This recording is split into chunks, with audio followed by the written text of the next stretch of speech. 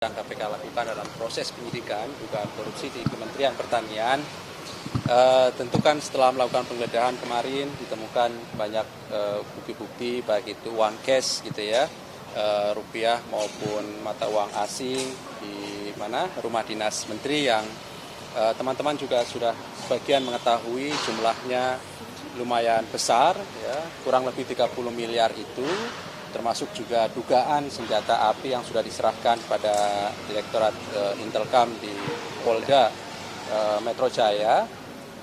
Tentu kan berikutnya kami mengagendakan pemanggilan terhadap saksi-saksi untuk dikonfirmasi gitu ya, dari temuan bukti-bukti pada saat penggeledahan maupun dokumen-dokumen yang pada saat proses penyelidikan tentu kami juga telah mendapatkan ataupun memperoleh data dan informasi terkait dengan perkara ini begitu ya. Oleh karena itu betul hari ini tadi kami memanggil 3 orang ya, ada sebagai saksi tentunya ada Febri Diansah, kemudian Rasa Mala Ritonang dan juga Donald Faris, yang ketiganya berprofesi sebagai pengacara ya, begitu. Itu yang kemudian kami panggil. Jadi bukan statusnya sebagai pengacara seseorang gitu ya, tapi memang pekerjaannya yang kami tahu dalam surat panggilan adalah seorang pengacara. Sekali lagi bukan kapasitasnya sebagai advokat, sebagai pengacara begitu ya, tapi memang kebetulan pekerjaan dari yang bersangkutan adalah yang kemudian kami tahu di surat panggilan adalah sebagai seorang pengacara. Sekali lagi tentu pemanggilan ini merupakan kebutuhan dari proses penyidikan untuk memperjelas terutama dokumen-dokumen ya yang kami temukan pada proses penggeledahan. Kami perlu konfirmasi kepada para saksi ini ya, termasuk Donald Faris tentu ya. Sekali lagi kapasitasnya bukan sebagai kuasa hukum ataupun advokat ya. Jadi nanti kami akan konfirmasi terkait dengan dokumen-dokumen dimaksud.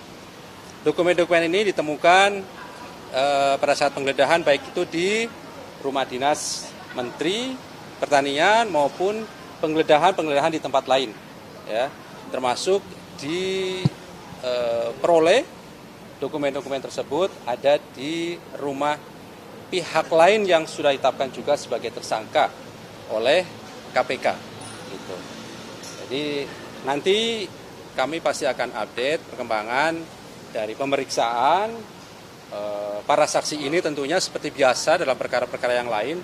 Kami selalu terbuka pada teman-teman, pada masyarakat sebagai bagian dari transparansi kerja-kerja KPK tentunya, dan kami juga mengajak teman-teman media masyarakat terus mengawal proses penyidikan yang sedang KPK lakukan ini, gitu ya.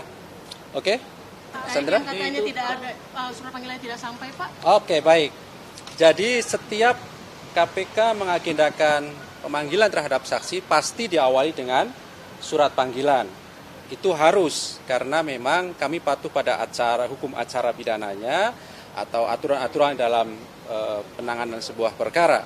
Informasi dari teman-teman penyidik tentu surat panggilan sudah dikirimkan beberapa waktu yang lalu begitu ya.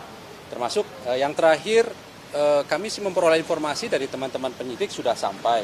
Tetapi nanti tentu kami akan cek kembali apakah surat panggilan itu sampai pada alamat sebagaimana di surat panggilan ataukah bisa jadi alamat yang berbeda mungkin dengan yang sekarang ditempati oleh para saksi. Tapi yang pasti surat panggilan itu sudah dikirimkan.